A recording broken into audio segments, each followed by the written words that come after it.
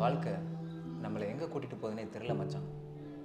என்ன வேலை செய்கிறோம், எதுக்கு இந்த குடும்பத்தில் பிறந்தோம், ஏன் அவளை நான் காதலித்தேன், அவளால் ஏன் இவ்வளோ அசிங்கப்பட்டேன், இதெல்லாம் சலிச்சு போகிற நேரத்தில் புதுசாக ஒரு அறிமுகம், புதுசாக ஒரு ட்ராவல், என்ன நடக்குதுன்னே ஒன்றுமே புரிஞ்சுக்க முடியல மச்சான்.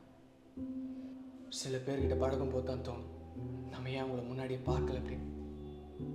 ஒரு வேளை அவங்கள பார்த்துருந்தா நம்ம லைஃப் மாதிரி கலர்ஃபுல்லாக ரொம்ப அழகாக இருந்திருப்போம் நம்ம நினைப்போம்.